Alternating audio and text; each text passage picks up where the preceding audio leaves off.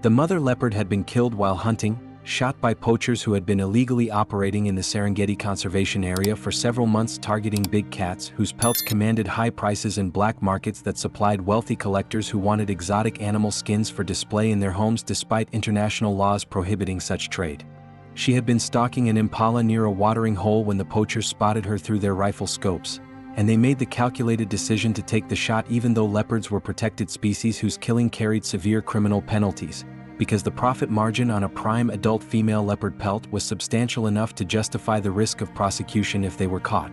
The bullet struck her in the chest and killed her almost instantly, and the poachers quickly skinned her body and removed the pelt before fleeing the area to avoid detection by rangers who patrolled the conservation zone looking for exactly this kind of illegal activity. What the poachers did not know and did not care about, even if they had known, was that the female leopard they killed had a 3-month-old cub hidden in a tree approximately 200 meters from where she died, waiting for his mother to return from her hunt with food that would sustain him for another day. The cub, who would later be named Bahati by the rangers who eventually documented his story, had been left in a secure location high in the branches of a large acacia tree where his mother had placed him before going to hunt, following the typical leopard maternal strategy of hiding cubs in safe locations while the mother hunted alone, because leopard hunting techniques required stealth and silence that were incompatible with having a clumsy, noisy cub following along. Bahati had spent many hours alone in trees during his short life, and his mother had always returned with food and warmth and the security of her presence, but this time she did not come back. The first day of waiting was stressful but not yet catastrophic, because young leopard cubs were adapted to spending extended periods alone while their mothers hunted, and Bahati's instincts told him to stay quietly in the tree and wait for his mother's return rather than attempting to climb down and search for her through dangerous territory where predators and other threats could easily kill a small vulnerable cub. He made soft calling sounds periodically throughout that first day, vocalizations that were designed to help his mother locate him when she returned, but these calls went unanswered as the hours stretched from morning through afternoon and into evening and then night. Bahati slept fitfully in the tree that first night, waking frequently to call for his mother and to listen for any sounds that might indicate her approach, but he heard only the normal nighttime sounds of the savanna with its chorus of insects and distant predator calls and the rustling of small animals moving through the grass below. The second day was when Bahati's situation began to transition from stressful to life-threatening, because he was now approaching 48 hours without food or water, and his small body was beginning to show signs of dehydration and weakness that would rapidly become critical if the situation did not change. He cried more frequently and more desperately on the second day, his vocalizations becoming louder and more sustained as hunger and thirst and fear overrode the cautious instincts that normally kept leopard cubs quiet to avoid attracting predator attention.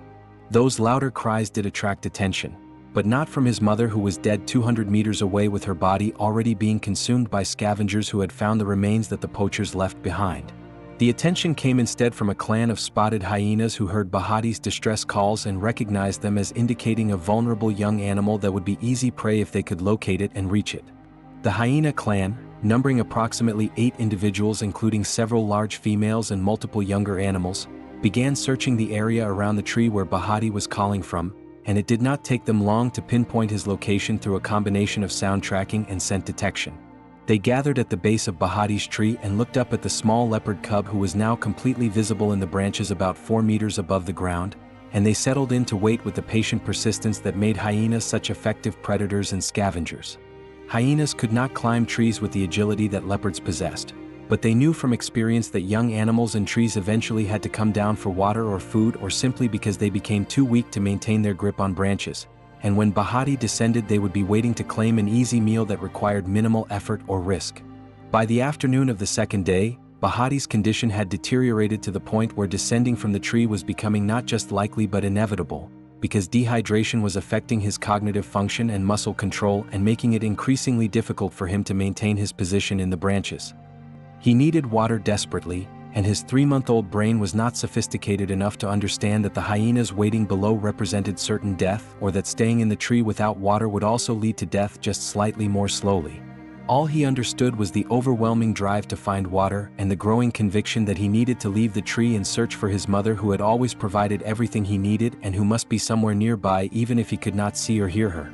Approximately 50 meters from the tree where Bahati was slowly dying and where the hyenas waited for him to fall into their reach, A 7-year-old male lion named Tao was resting in a small patch of shade provided by a cluster of thorn bushes that offered minimal protection from the afternoon sun but was the best shelter available in the relatively open terrain that characterized this portion of the Serengeti.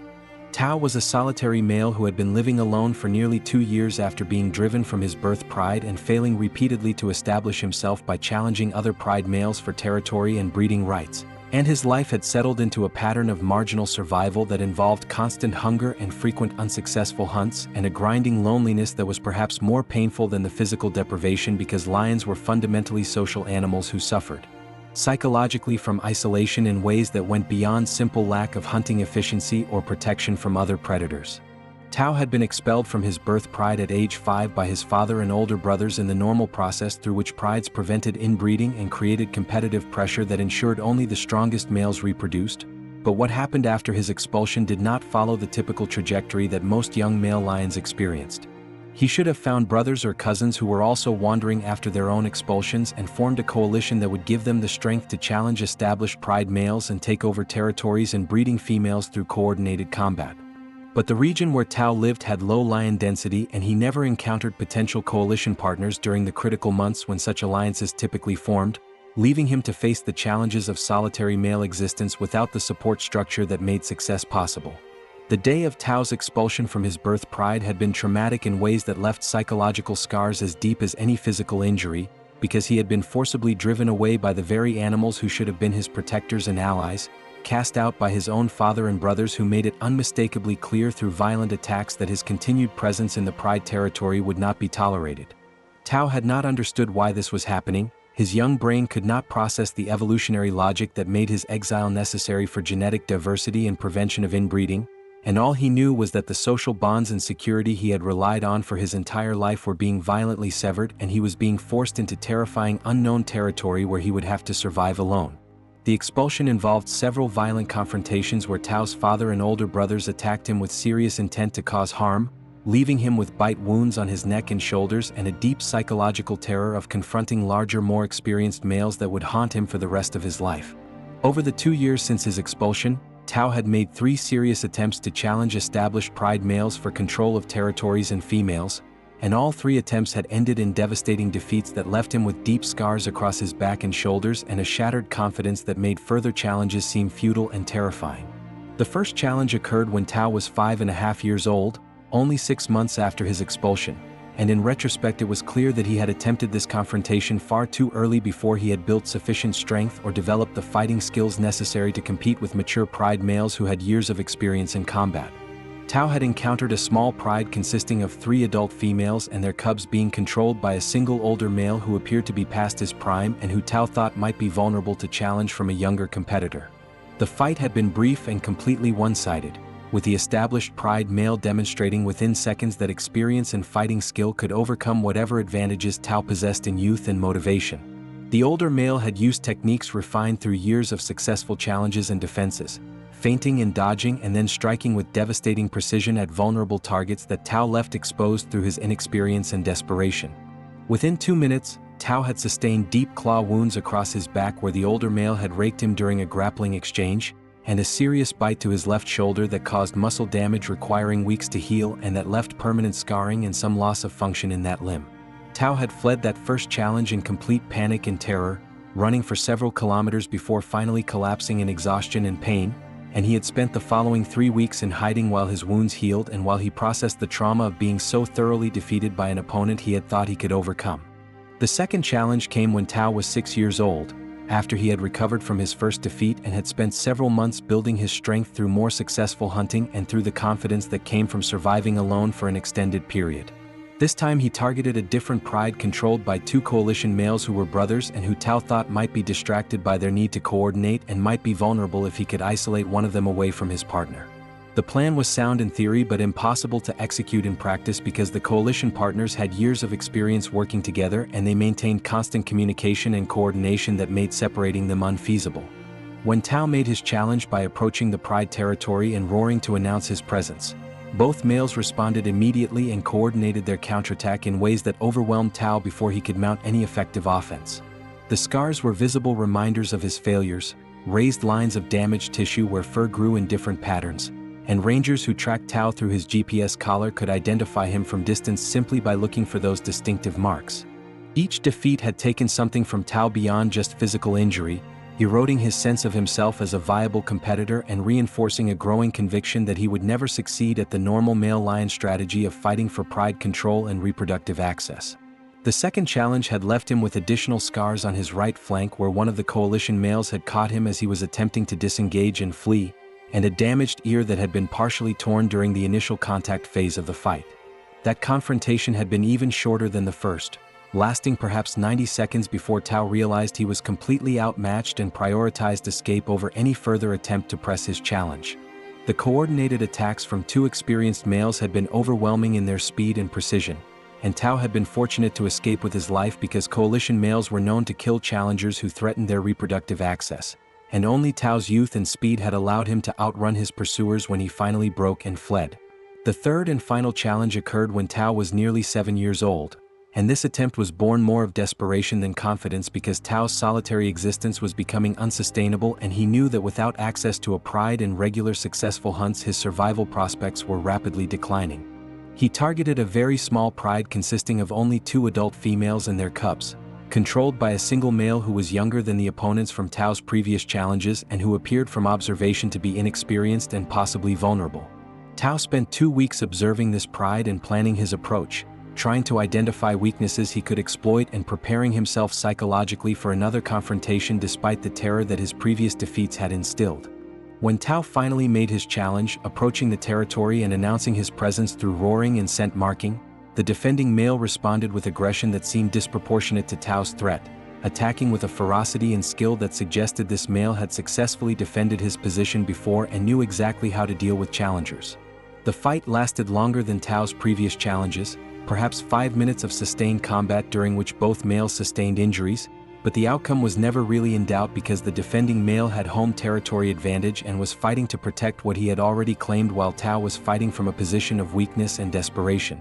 The critical moment came when the defending male managed to get Tao's neck in his jaws during a grappling exchange, and for several terrifying seconds Tao thought he was going to die as pressure on his windpipe cut off his air supply and his vision began to dim. He thrashed desperately and managed to break free only by sacrificing more tissue from his shoulder and neck where the defending male's teeth had gripped, and then he fled once again in complete panic. The wounds from that third challenge were the most serious Tao had sustained, including a deep puncture near his jugular vein that missed the major blood vessel by perhaps a centimeter and that could easily have been fatal if the bite had landed slightly differently, and extensive tissue damage to his left shoulder that left him with permanent reduced mobility and chronic pain that affected his hunting capability and overall quality of life. More importantly, that third defeat broke something fundamental in Tao's psychology, extinguishing whatever remained of his confidence and competitive drive and leaving him resigned to solitary existence without the territorial control and mating access that represented successful adult male lion life. After that third defeat, Tao never attempted another challenge, never roared to announce his presence in ways that might attract the attention of pride males who would come to defend their territories, and settled into surviving day by day without any hope or expectation that his circumstances would improve. By age 7, Tao had essentially given up on the traditional path to reproductive success and had settled into surviving day by day as a solitary nomad who scraped by through occasional successful hunts on small prey and through scavenging when opportunities presented themselves. His hunting success rate was perhaps 20% compared to the 60% success rate that pride lions achieved through coordinated group hunting, and he was slowly losing body condition and strength in a negative feedback cycle where poor nutrition led to reduced hunting capability which led to even poorer nutrition. Wildlife biologists who tracked solitary male lions knew that this trajectory typically ended in death from starvation or from being killed by other predators or by prey animals who successfully defended themselves against weakened hunters, and Tao's survival prospects beyond another year or two were essentially zero unless something changed dramatically in his circumstances or behavior. The loneliness was worse than the hunger in many ways, because Tao was living a life that violated every instinct and need that evolution had programmed into lions as obligate social animals who thrived on complex relationships and coordinated activities and the comfort of sleeping in contact with pride members. He had no one to groom him or to share warmth during cold nights or to provide the kind of social feedback and interaction that gave life structure and meaning beyond simple survival.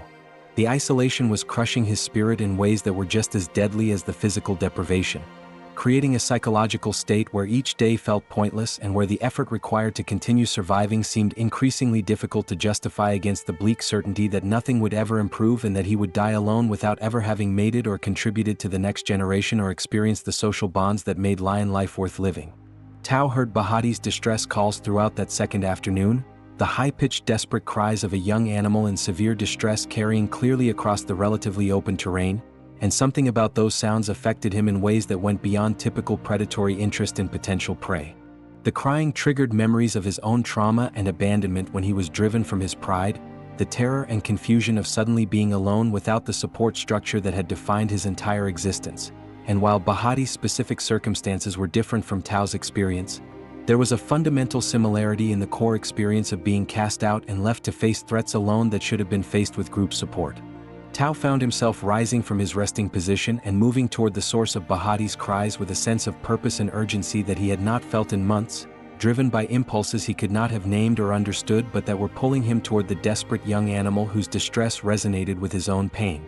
As he approached the tree and saw the hyena clan gathered at the base looking up at the small leopard cub, something crystallized in Tao's mind and emotions. This young animal was not going to die alone if Tao could prevent it. This small creature would not experience the abandonment and terror that Tao understood so intimately, not while Tao had the strength to offer protection even if that protection made no sense according to the normal rules that govern relationships between lions and leopards. Tao charged toward the hyenas with a roar that communicated both territorial aggression and protective intent, his massive body moving with explosive speed despite his undernourished condition, and the surprised hyenas scattered from his assault without offering any resistance because a full-grown male lion was not a threat they wanted to engage when other food options existed. Tao positioned himself at the base of Bahati's tree in a protective stance that made his intentions unmistakably clear. Anyone who wanted to harm the leopard cub would have to go through him first, and he was prepared to fight to death if necessary to maintain that protective boundary. If you believe that witnessing another creature's abandonment can awaken protective instincts powerful enough to override natural predatory relationships and species boundaries,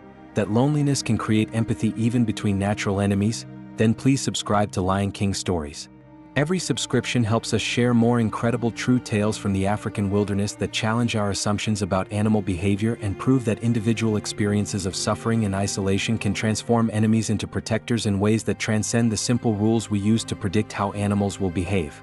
These stories matter because they remind us that animals are not simply biological robots following predetermined programs, but individuals with emotional experiences and capacities for empathy that can emerge in the most unexpected circumstances when the conditions are right and when individual histories create the psychological groundwork for connections that should be impossible according to our standard understanding of predator and prey relationships. The hyenas retreated approximately 30 meters from Tao's aggressive display but did not abandon their vigil entirely, because they were persistent opportunistic predators who understood that situations could change and that patience often paid dividends when competing with other predators for access to potential meals. They settled into a loose semicircle around the area where Tao now stood guard, watching and waiting to see whether the lion's protective behavior would continue or whether this was simply a temporary territorial display that would end when Tao lost interest and moved on to other activities. From the hyena's perspective, Tao's behavior made no sense because lions did not protect leopards. In fact, lions actively killed leopards when encounters occurred, so what they were witnessing represented an anomaly they had no framework for understanding but that they were prepared to work around through patient observation and opportunistic exploitation of any opening. Bahati watched from his branch as the enormous male lion drove away the hyenas who had been waiting to kill him, and his 3-month-old brain struggled to process whether this new arrival represented safety or an even greater threat. Leopards and lions were not allies in any normal sense, and adult leopards avoided lions who were larger and more powerful and who killed leopards without hesitation when encounters involved territorial disputes or competition for food. But Bahati was too young and too desperate to have developed sophisticated risk assessment capabilities, and what he saw was that the lion had driven away the immediate threat and was now standing in a protective position that his cub instincts recognized as similar to how his mother had positioned herself when threats appeared. Tao looked up at the small leopard cub and experienced a complex mix of emotions and impulses that drove his behavior in directions that made no logical sense from a survival perspective. He saw a young animal who was alone and terrified and clearly dying from lack of food and water, and he saw in that small spotted body something that resonated with his own experience of abandonment and desperate struggle for survival. The rational response would have been to kill Bahati or simply walk away and let the hyenas claim him, but Tao's response was neither rational nor driven by typical predatory calculations. Instead, he settled into a resting position at the base of the tree and made soft vocalizations that communicated non-threatening intent, waiting to see whether the small leopard would trust him enough to descend. Bahati remained in the tree for another hour as sunset approached, and his need for water became overwhelming and his grip on branches weakened to the point where falling was increasingly likely regardless of his intentions. Finally, driven by thirst that overrode all caution and fear, Bahati began the slow, careful descent, climbing down with the awkward movements of a cub who had not yet developed adult leopard grace. He expected at any moment to be attacked either by the lion or the hyenas still watching from the perimeter, but the attack did not come. Tao remained in his resting position making soft rumbling sounds, and when Bahati finally reached the ground and stood shakily on weakened legs, Tao simply watched without making aggressive moves. The moment when Bahati stood at the tree base within easy striking distance of Tao's massive paws was perhaps the most critical juncture in a story that would eventually challenge everything wildlife biologists thought they understood about cross-species relationships. Tao could have killed Bahati with a single swipe or bite, and doing so would have provided food and eliminated a future competitor.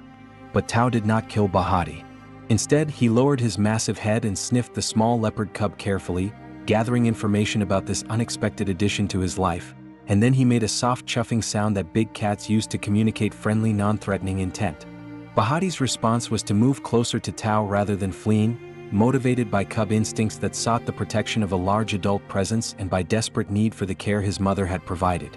He pressed his small body against Tao's front leg and made plaintive crying sounds that communicated his distress and need, and Tao responded by carefully licking Bahati's head and body in grooming behaviors that were instinctive responses to caring for young, even though the young belonged to a different species that should have triggered predatory rather than parental responses. The first critical challenge was immediate need for water and food, because Bahati was in desperate condition after 2 days without either resource and would die within 24 hours without sustenance. Tao led Bahati on a slow, careful journey toward a small waterhole approximately half a kilometer away, moving at a pace that accommodated the weak young leopard's limited mobility and stopping frequently to ensure Bahati kept up and that the shadowing hyenas did not see opportunity to separate Bahati from protection. When they reached the waterhole, Tao stood guard while Bahati drank desperately from the muddy water that was all that remained in the nearly dry depression, and the small leopard drank for several minutes before finally satisfying his overwhelming thirst and stepping back with visible relief. The food situation was more complicated because 3-month-old leopard cubs typically consumed milk from mothers or small meat pieces that mothers provided from kills, and Tao had neither milk nor fresh kill to offer. He had not eaten successfully himself in over 3 days, and his own hunger was becoming serious enough to impact his energy levels in a negative feedback cycle that characterized solitary male lion existence. What Bahati needed was protein in a form he could digest given his young age, and what Tao needed was successful hunt that would provide food for both of them, but achieving successful hunt as solitary lion was extremely difficult, and doing so while protecting and transporting a young leopard cub who could not keep up with fast movement was nearly impossible. Tao's solution demonstrated cognitive flexibility and problem-solving ability that surprised rangers who eventually documented this relationship, because he modified his normal hunting strategies to accommodate Bahati's presence and limitations in ways that showed he was thinking about the cub's needs rather than simply pursuing his own survival goals. He would make his kill and step back to allow Bahati to approach and feed first, only eating his own portion after the cub consumed what he needed, and this behavior represented reversal of typical dominance hierarchy that governed feeding order in lion prides where dominant individuals ate first. The care and consideration Tao showed in ensuring Bahati received adequate nutrition was more consistent with maternal care behaviors than with typical male lion behavior, suggesting his psychological state and response to Bahati were drawing on parental instinct programming that male lions possessed but that was rarely activated or expressed in normal social contexts.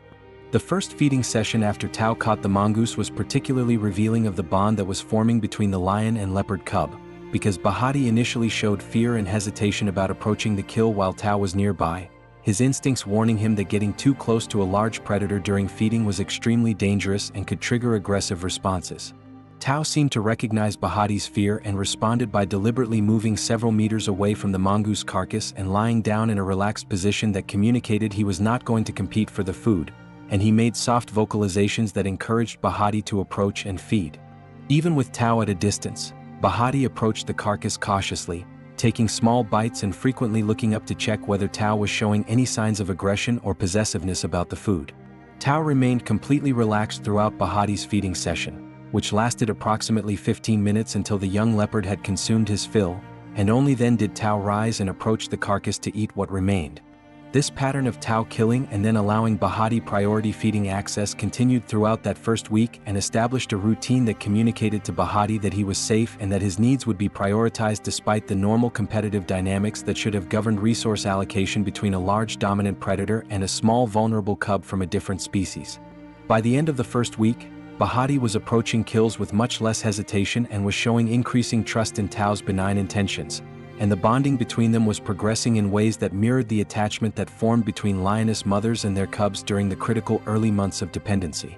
The nighttime sleeping arrangements also revealed the deepening bond between Tao and Bahati, because from the very first night after Bahati descended from his tree, the young leopard sought out physical contact with Tao during rest periods, pressing his small body against the lion's massive frame and sleeping tucked into the curve of Tao's belly or between his front legs. This contact-seeking behavior was instinctive for young felids who needed the warmth and security of adult body contact, and Tao's tolerance and seeming welcome of this contact suggested he was experiencing satisfaction and fulfillment from providing this care that had been missing from his lonely solitary existence.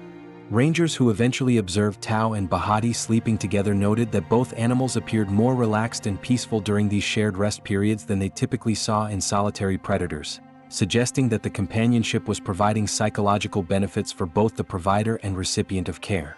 During that first week, the hyena clan that had initially been waiting to kill Bahati maintained their observation from a distance but gradually lost interest as it became clear that Tao's protection was consistent and serious rather than temporary opportunistic behavior that would end when the lion moved on to other activities. On the third day, several hyenas made one final coordinated approach to test whether Tao would actually fight to defend the leopard cub or whether his protective stance had been mere posturing, and Tao's response was immediate and violent, charging the approaching hyenas with roars and aggressive displays that left no doubt about his willingness to use lethal force if necessary to maintain Bahati's safety. One hyena that did not retreat quickly enough received a serious wound across its hindquarters from Tao's claws, and after that confrontation the clan abandoned their vigil entirely and moved on to seek easier prey elsewhere. The relationship attracted attention of wildlife researchers when rangers conducting routine GPS collar monitoring noticed Tao's movement patterns had changed dramatically from his previous ranging behavior, with his location data showing he was remaining in relatively small area rather than wandering widely as solitary males typically did. When rangers investigated this unusual pattern, they discovered Tao with the young leopard cub and realized they were witnessing something without precedent in published wildlife literature. A male lion had apparently adopted an orphaned leopard cub and was providing parental care across species boundaries that should have been absolute barriers. The consensus was that intervention would be premature unless clear evidence emerged that Bahati was in immediate danger, and that scientific value of documenting this unprecedented cross-species relationship justified taking the risk of allowing it to continue while maintaining close monitoring. Dr. Machiasi and his team set up camera traps and observation posts that allowed them to monitor Tao and Bahati 24 hours daily without disturbing the animals or influencing their behavior through obvious human presence. And what they documented over following weeks and months became foundation for research papers that would revolutionize understanding of cross-species relationships and parental behavior in large predators.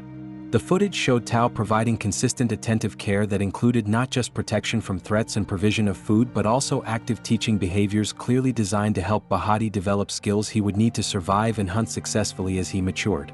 When Bahati was approximately 6 months old and had recovered from his near-death experience through consistent care and feeding that Tao provided, Tao began what appeared to be deliberate hunting instruction that involved taking Bahati along on hunts and demonstrating techniques for stalking and killing prey. These teaching sessions were fascinating to observe because Tao was teaching Bahati to hunt like a lion rather than like a leopard, since Tao had no knowledge of leopard hunting techniques that relied heavily on climbing and ambush from trees and on targeting different prey types than lions typically pursued. The result was that Bahati was being trained in hybrid hunting style that combined his natural leopard instincts and physical capabilities with learned lion techniques that emphasized different strategies for approaching and taking down prey.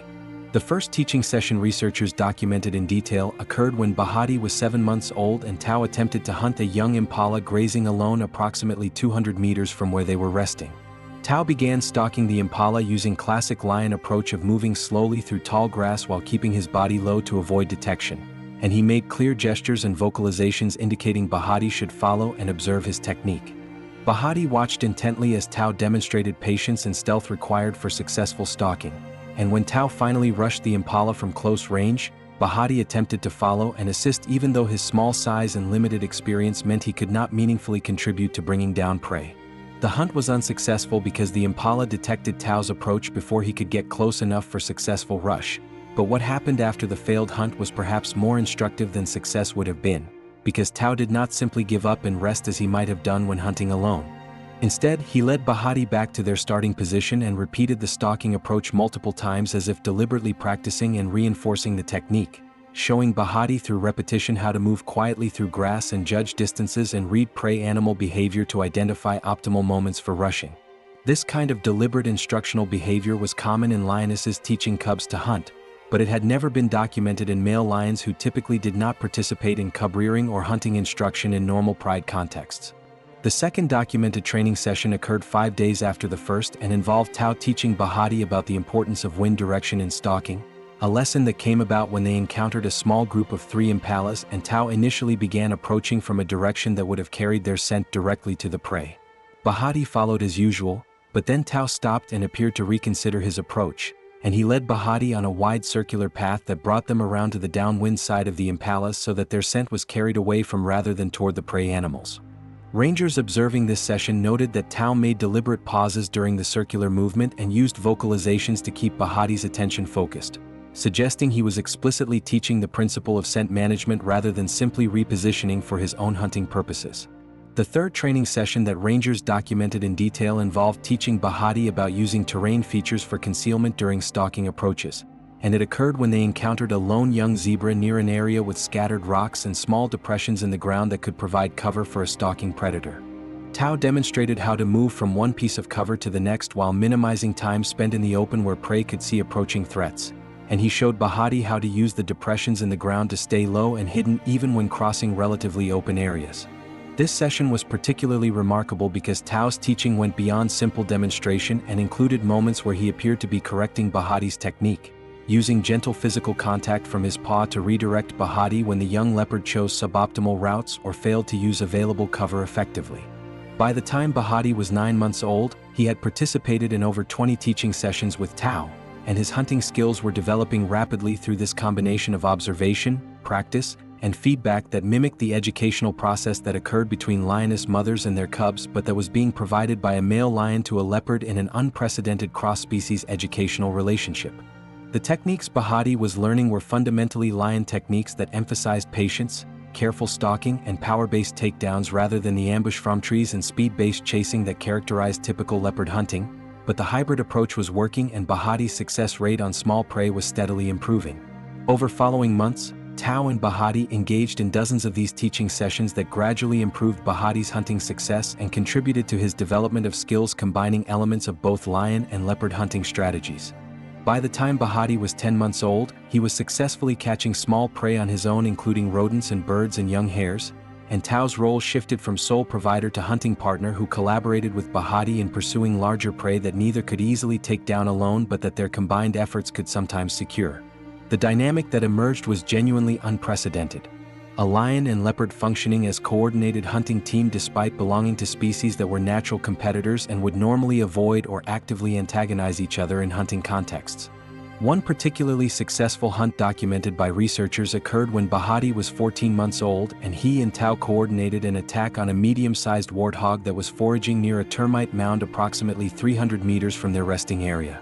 The hunt demonstrated how their partnership had evolved to leverage the complementary strengths each animal brought. Bahati used his leopard's speed and agility to circle around behind the warthog and drive it toward Tao, who was waiting in concealment on the opposite side of the termite mound, and when the warthog fled directly toward Tao's position, the lion was able to make a successful killing strike that would have been much more difficult to achieve if he had been hunting alone without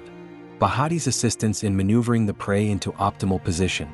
The coordination required for this hunt was sophisticated and suggested that Tao and Bahati had developed a shared understanding of tactics and roles that went far beyond simple opportunistic cooperation. Before the hunt began, Rangers observed Tao and Bahati appearing to communicate through a combination of vocalizations, body language, and eye contact that resulted in Bahati moving off in a wide arc while Tao remained stationary and concealed. This pre-hunt communication suggested a level of planning and coordination that researchers typically only saw in experienced pride lions who had hunted together for years, and the fact that it was occurring between a lion and leopard made it unprecedented in the scientific literature.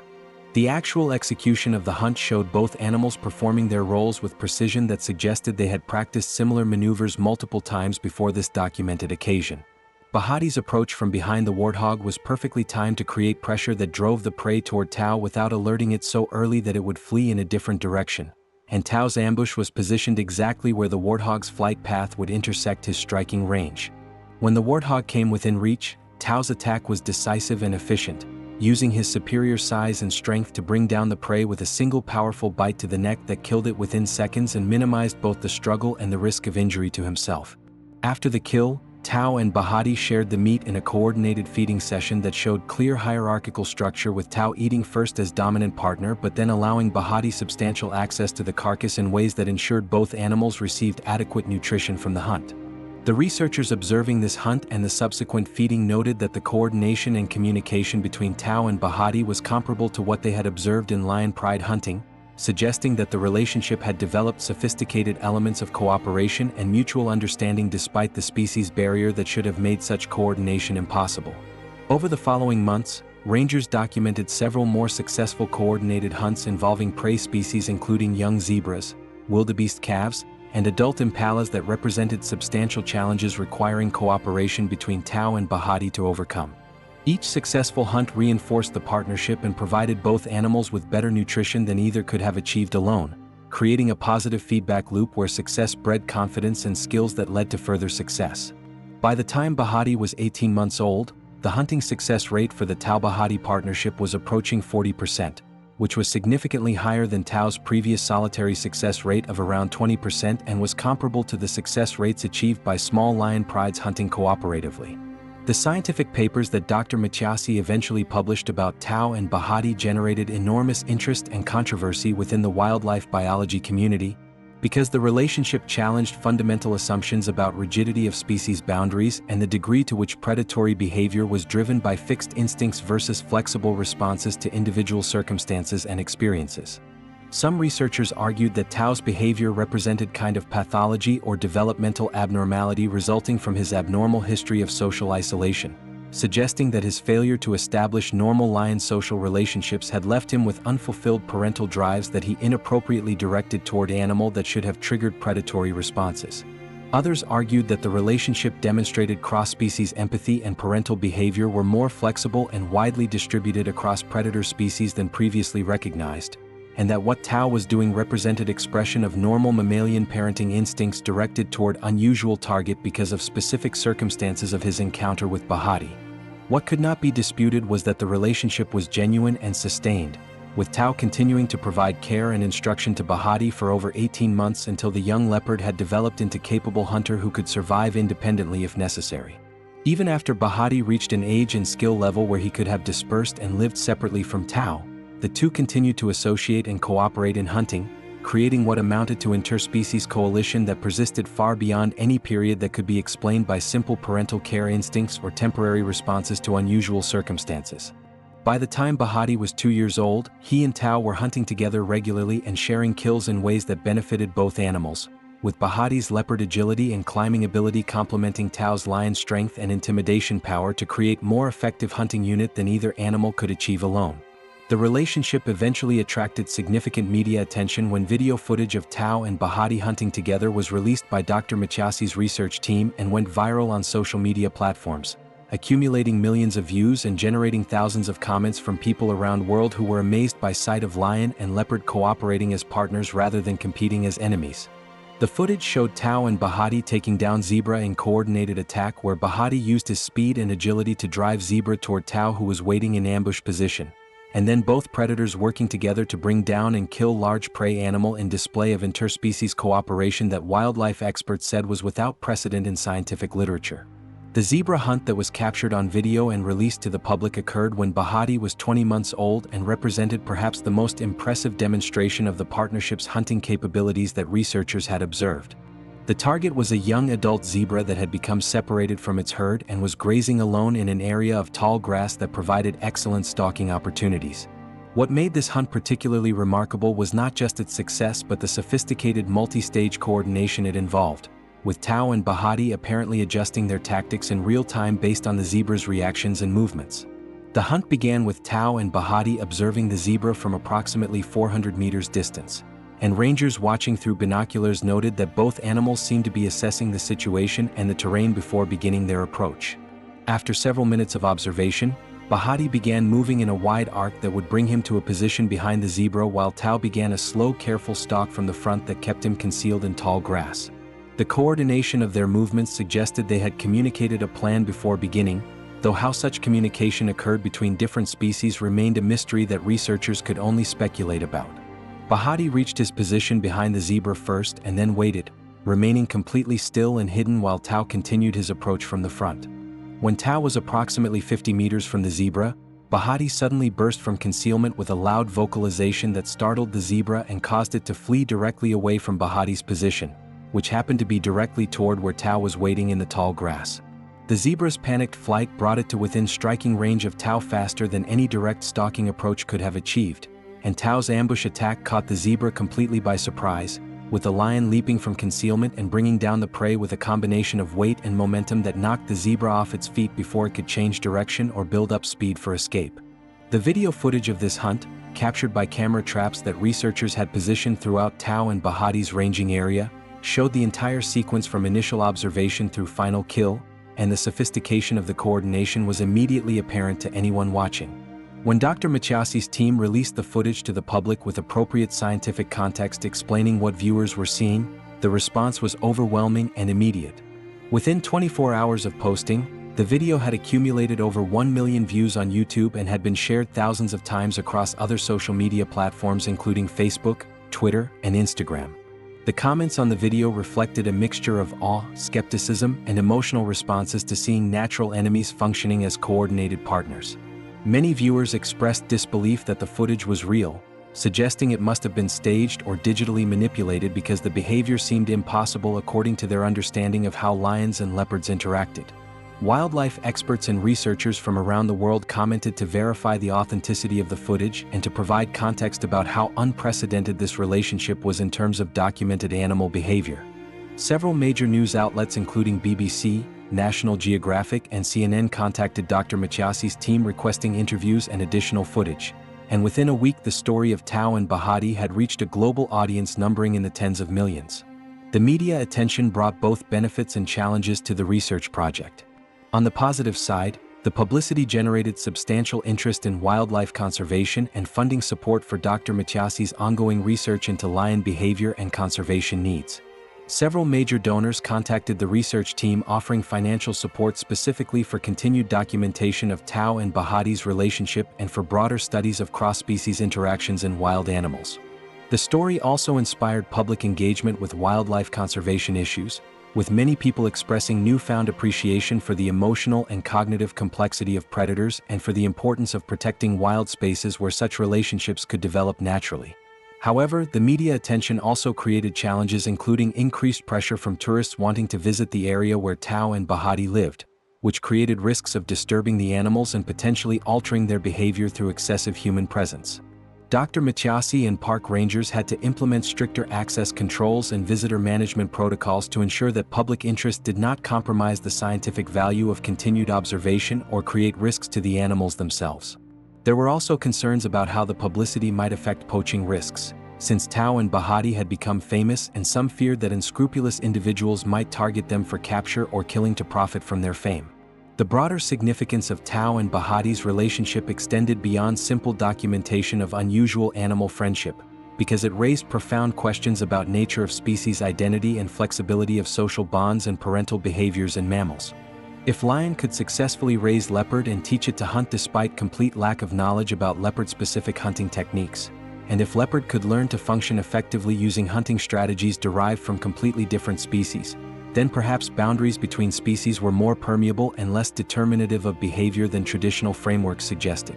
Perhaps individual experiences and relationships and teaching could override genetic programming in ways that created unprecedented behavioral patterns, expanding what was possible for animals when circumstances aligned in particular ways. Tao lived to be 9 years old before dying of natural causes related to injuries sustained in territorial dispute with coalition of younger males who were attempting to establish themselves in region where Tao and Bahati had been living. Bahati was present when Tao died and remained with his body for over 24 hours before finally leaving to continue his solitary existence. And rangers who observed this vigil reported that Bahati's behavior suggested genuine grief and loss in ways consistent with mourning behaviors documented in other social mammals who had lost important relationship partners. After Tao's death, Bahati continued to live in same general territory where he and Tao had spent their years together, and he continued to use some hunting techniques that Tao had taught him, even though they were unusual for leopard and were not strategies he would have learned if raised by his biological mother. The legacy of Tao and Bahati's relationship influenced how wildlife researchers thought about cross-species relationships and capacity of predators to form bonds that transcended simple categories of predator and prey or competitor and enemy.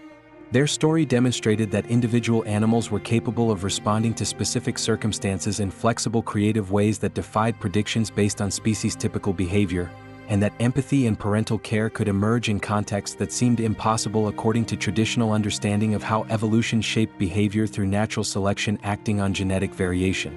What Tao did for Bahati represented not just isolated anomaly but window into possibilities that existed within behavioral repertoire of lions and perhaps other predators, possibilities that rarely expressed themselves under normal circumstances but could emerge when individual histories and chance encounters created right conditions for connection across species, boundaries that appeared absolute but were revealed to be permeable when right animal encountered right situation at right moment. If this story moved you, if it challenged your assumptions about rigidity of species boundaries and made you consider possibility that empathy and parental care might be more universal and flexible than we typically acknowledge, we would be honored if you would share your thoughts and reactions in comments below.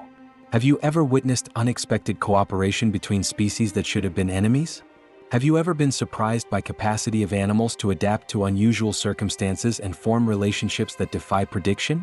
Your stories and reflections matter because they contribute to broader understanding of what is possible in natural world and remind us that animals are individuals with capacity to surprise us rather than simply representatives of species categories with fixed behavioral programs. Please subscribe to Lion King Stories for more incredible true tales from wild that prove nature is stranger and more wonderful than any simple rules can capture, that individual experiences can transform enemies into family, and that love and care can emerge in most unexpected circumstances when loneliness finds loneliness and two abandoned souls decide that being together is better than dying alone.